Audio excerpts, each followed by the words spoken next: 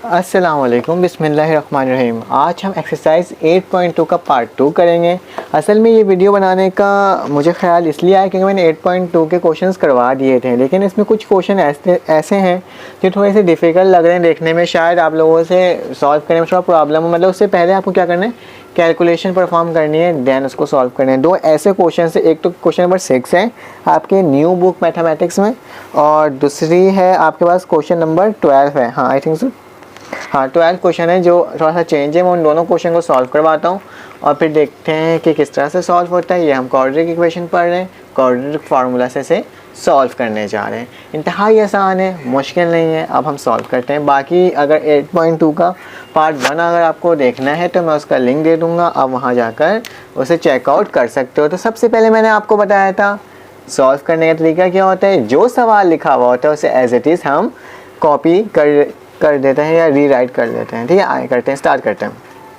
आपने लिखा solution, solution लिखने के बाद जो क्वेश्चन लिखा हुआ उसी को डाल लो। 1/2x² plus 3/4x minus 1 equal to 0। ठीक है, अब देखने में ये लग रहा है कि अपॉन में मतलब कि आपके पास a की वैल्यू आ रही है, b की वैल्यू आ रही है। हमें अपॉन में वैल्यू नहीं लानी है, बल्कि कैलकुलेशन करने में थोड़ा मसला हो जाएगा। तो हम इसे क्या करते हैं, हम इसे सिंप्लीफाई कर लेते हैं एंड देन फिर इसकी वैल्यू हम a b c की निकालेंगे और क्वाड्रेटिक फार्मूला में से मतलब कि पुट करेंगे वैल्यूज़। तो इसको सॉल्व करने का आसान तरीका क्या होगा, हमारे पास क्या है 2 और 4 है, डिनोमिनेटर में क्या है 2 नंबर्स हैं। जब इसका एलसीएम लोगे, 2 और 4 का एलसीएम लोगे तो क्या आएगा, 2 1 ज़ा 2, 2 2 ज़ा 4 एंड फिर 2 1 ज़ा 2, मतलब क्या आ गया 2 2 ज़ा 4। जैसे डिनोमिनेटर का आपने एलसीएम लिया तो हमारे पास क्या 4 आ गया। अब यही 4 एक दफ़ा इससे मल्टीप्लाई होता है, आपको पता है ना, 1/2 मल्टीप्लाई बाय 4। ये हम सिंपल एलसीएम ले रहे हैं, 2 1 ज़ा 2, 2 2 ज़ा 4, तो हमारे पास क्या आ गया 2, 1 2 ज़ा 2, तो हम यहाँ पे क्या लिख देंगे 2x का स्क्वायर, फिर प्लस का निशान है, प्लस डाला। अब क्या लिखा हुआ है 3/4 लिखा हुआ है। इसी 4 को, क्योंकि हमने एलसीएम निकाला 2 4 का कंबाइन, तो फिर क्या करा, हम इसी को इससे मल्टीप्लाई करेंगे। जैसे 1/2 को काटा, 3/4 लिखा, इसको मल्टीप्लाई करा 4 से काटा, क्या है 3 1 ज़ा 3, तो हमारे पास क्या बचा 3x। फिर हमारे पास क्या बचा -1, हमने वैसे ही लिखा, इक्वल टू का निशान हमने वैसे ही डाला है, इसमें कोई मसला नहीं है।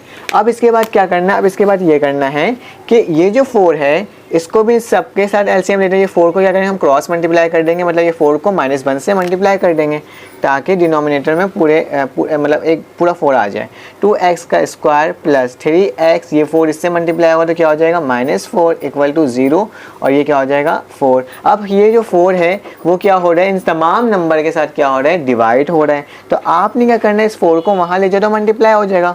जब भी कोई भी नंबर 0 से मल्टीप्लाई होता है तो आंसर क्या आता है, 0 से ये 4 जो है ये मल्टीप्लाई हो जाए तो क्या आएगा, आंसर क्या आएगा 0 ही आएगा। तो हम क्या करते हैं, इसमें 0 ही लिख देते हैं। अब हमारे पास एक क्वाड्रेटिक इक्वेशन बन चुकी है। कैसे, एक x² वाली टर्म है, एक x वाली टर्म है और एक 4 है, -4 एक कांस्टेंट टर्म है। इससे हम क्या कर सकते हैं, आराम से हम इसको सॉल्व कर सकते हैं। आ जाए, अब हम करते हैं, मैं इसको रब कर लेता हूँ। तो मैंने इसको रब कर लिया एंड देन इसकी जो वैल्यू, सबसे पहले आप क्या लिखो, क्वाड्रेटिक फार्मूला, क्योंकि मैंने 8.2 के पार्ट 1 में बताया था क्वाड्रेटिक फार्मूला क्या होता है।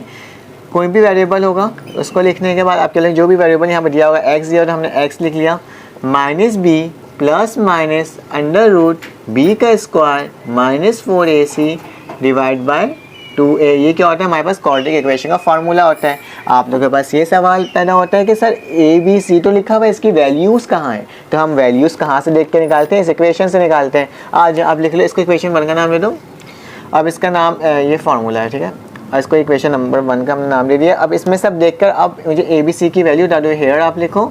लिखने के बाद ए की वैल्यू क्या होती है, जो भी स्क्वायर वाली टर्म होती है, वेरिएबल होता है, उसके सामने जो कोफिशिएंट होता है वो हमारे पास क्या होता है, ए होता है। तो ए की वैल्यू क्या हो जाएगी 2, वेरिएबल साथ नहीं लिखते हैं, सिर्फ कोफिशिएंट लिखते हैं, मतलब सिर्फ नंबर लिखते हैं 2। फिर उसके बाद क्या लिखा है, b की वैल्यू हमारी क्या होती है, जो सिंगल पावर होती है उसके साथ जो वैल्यू लिखी हुई होती है वो क्या होती है, हमारी b की वैल्यू होती है। तो हमारे पास क्या आ गया, +3 आ गया, जबकि c की वैल्यू क्या है, जो कांस्टेंट टर्म होता है, एंड c की वैल्यू क्या है -4। कितना आसान था, आराम से हमने कर लिया। अब क्या करेंगे, ये सारी वैल्यू को a b c वैल्यू को कहाँ पुट कर देंगे, इक्वेशन नंबर 1 में लिखो, putting the value of a b c in equation 1। तो इक्वेशन 1 हमारे पास क्या है, मैं ब्लैक मार्कर चेंज कर लेता हूँ। इक्वेशन 1 हमारे पास ये है, क्या है, x है, x लिखा, माइनस b है, माइनस लिखा, b की वैल्यू कहाँ है बताइए ज़रा, b की वैल्यू हमारे पास 3 है तो हमने 3 लिख दिया, b की जगह हम क्या लिख देंगे 3।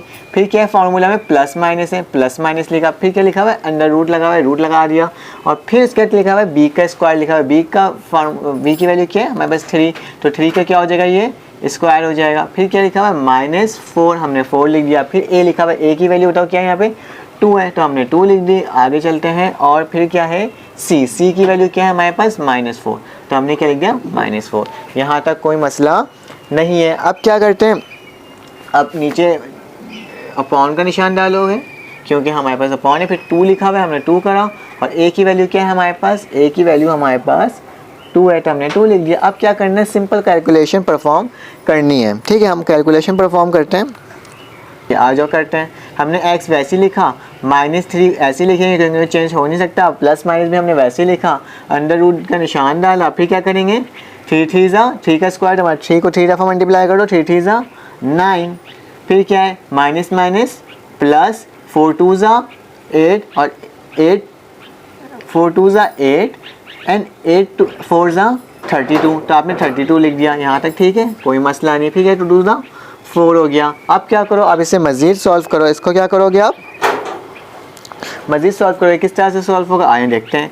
x हमने वैसे लिखा, इक्वल टू ऐसे डाला, माइनस वैसे लिखा, प्लस माइनस वैसे लिखा, अंडर रूट का निशान वैसे है। 9 प्लस 32 क्या होता है हमारे पास, 9 प्लस 32 होता है हमारे पास। आप कैलकुलेटर यूज़ कर सकते हो, 41 होता है। ठीक है, एंड देन 4 हमने वैसे लिख दिया। क्या 41 का कोई रूट आता है, 41 का रूट जब आप निकालोगे तो उसकी वैल्यू पॉइंट में आ रही होगी। तो आप क्या करो, आप बस सिंपल सा आंसर ये ले आओ, इसमें कोई ज़्यादा करने की ज़रूरत नहीं है।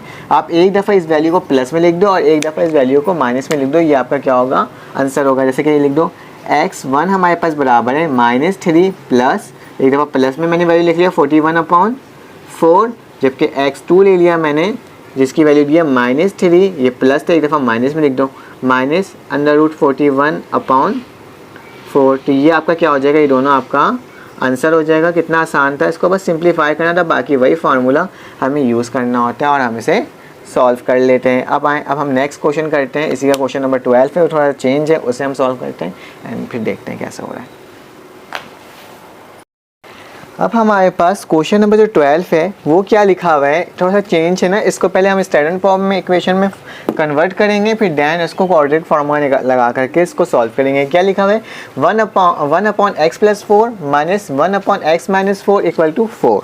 तो आपको क्या करना है, सिंपल सा आसान सा है, ज़्यादा मुश्किल नहीं है, घबराने की ज़रूरत नहीं है, बल्कि ये आराम से सॉल्व हो जाएगा, बल्कि और आसानी से होगा। सोल्यूशन लिखा हमने और आप क्या करोगे, सोल्यूशन लिखा हमने, फिर अब आप और क्या करोगे, ये जो क्वेश्चन है 1/x+4 हमने वैसे उतारा, 1x-4 वैसे निकाला, लिखा 4 और इसको हमने इस तरह से लिख दिया क्योंकि हम एज इट इज़ वही क्वेश्चन को हम दोबारा लिखते हैं, क्योंकि ये रूल होता है कि आपको वो जो क्वेश्चन होता है उसे दोबारा लिखना होता है। अब क्या करोगे, अब नीचे डिनोमिनेटर में देखो 2 नंबर्स हैं जो अलग अलग हैं, तो आप कुछ मत करो, आप एक काम करो, इसको क्रॉस मल्टीप्लिकेशन कर दो, इसको इससे मल्टीप्लाई कर दो, इसको इससे मल्टीप्लाई कर दो, इन दोनों को एक दूसरे से मल्टीप्लाई कर दो।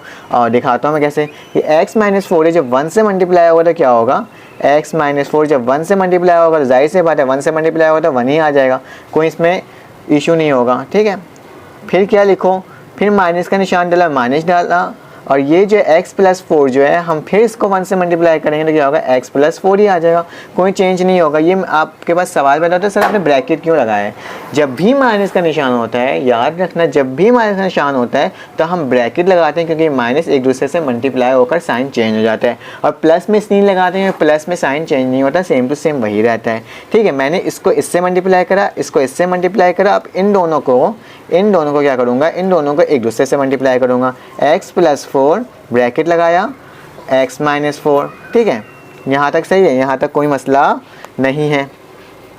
इसमें इक्वल टू का निशान डाल दो, यहाँ पे 4 डाल दो। अब क्या करना है, अब इंतहाई आसान, इस ब्रैकेट को खोल लो ऊपर वाला, x-4 ये माइनस है, प्लस माइनस माइनस होगा, x होगा, फिर क्या हो गया माइनस प्लस माइनस 4, यहाँ तक ठीक है, कोई मसला नहीं। क्या करा, माइनस एक्स था माइनस एक्स, फिर माइनस प्लस माइनस और 4 मैंने वैसे ही लिख दिया।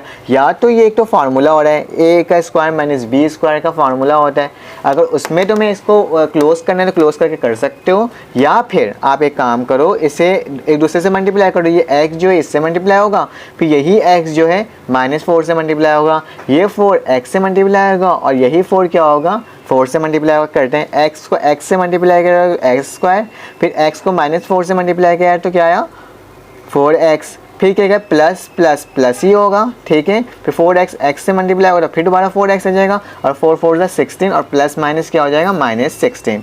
यहाँ तक कोई मसला नहीं है। अब देखो जो चीज़ कट रहा है उसे काट दो और जो चीज़ सिंपल है कैंसिल आउट नहीं हो रहा उसको ऐसे छोड़ दो। जैसे देखो प्लस एक्स से कट जाएगा, माइनस एक्स कट जाएगा, ये माइनस माइनस नहीं कटेगा, ये -4x से प्लस 4x है, दोनों सेम है, साइन चेंज है तो क्या हो जाएगा कट जाएगा। तो हमारे पास बचा क्या -4 अपॉन एक्स का स्क्वायर -16। या तो इसको फार्मूला में डायरेक्ट करके लिख सकते थे एक्स, वो आपको बाद में जब मैं चैप्टर नंबर 5 से पढ़ाऊंगा तो आप उसमें जाके कर सकते हो, या तो डायरेक्ट मल्टीप्लिकेशन करके भी ये सॉल्व हो जाएगा।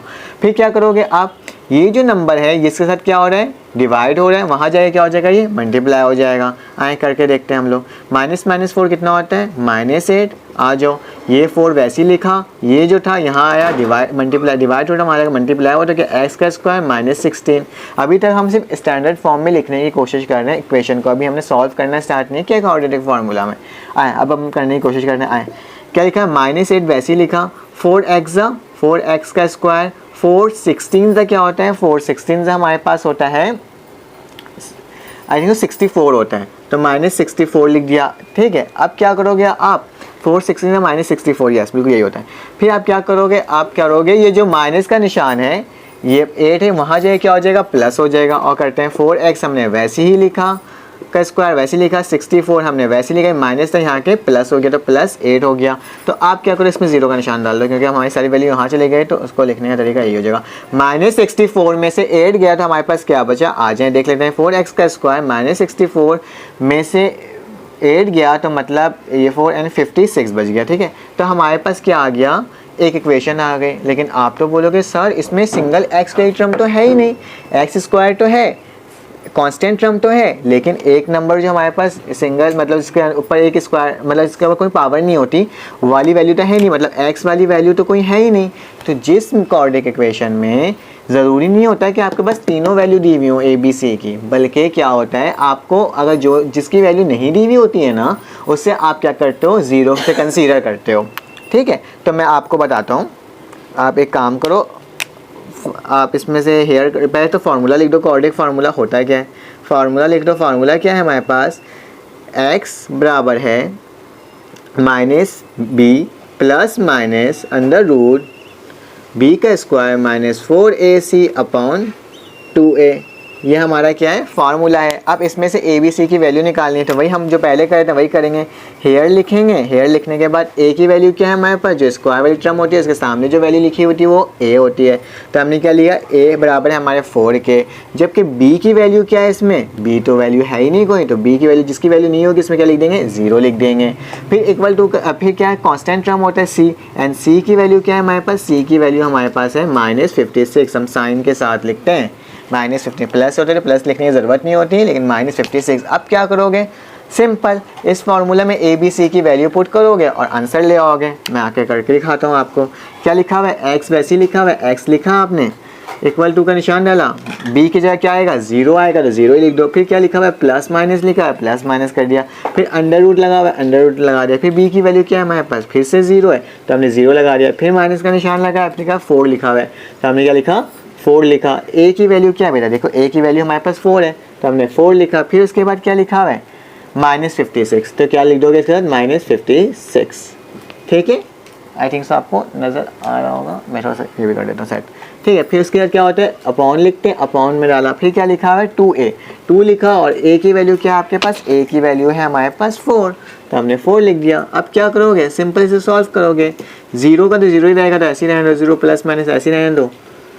जब 4 4 जा 16 और प्लस माइनस प्लस हो जाएगा, माइनस माइनस प्लस हो जाएगा, 4 4 जा 16 और 16 56 जा देखो 16 हमारे पास जो है कैलकुलेटर में कैलकुलेटर 16 56 हमारे पास आ रहा है 896 आ रहा है और डिवाइड बाई 2 4 8 यहाँ तक ठीक है, कोई मसला नहीं। अब अंडर रूट निकाल लो इसी का, अंडर रूट लिखो और इसका आंसर निकालो तो हमारे पास आ रहा है 890। इसका रूट निकालो तो हमारे पास क्या है, x लिखा प्लस माइनस लिखने की ज़रूरत है, लिख लो ये, फिर इसका क्या हो जाएगा 0 लिखने की ज़रूरत नहीं है। इसका जो हमने रूट निकाला तो हमारे पास है 8, इसका जो हमने रूट निकाला तो 8 आया और अंडर रूट हमारे पास 14 आया और नीचे क्या आ जाएगा 8 आ जाएगा। तो आप क्या करो 8 से 8 को काट दो तो हमारे पास क्या वैल्यू आ गई प्लस माइनस 14। मतलब एक आंसर क्या आएगा, सोल्यूशन सेट इसका क्या बनेगा प्लस 14 अंडर रूट और एक आंसर आएगा माइनस 14 अंडर रूट।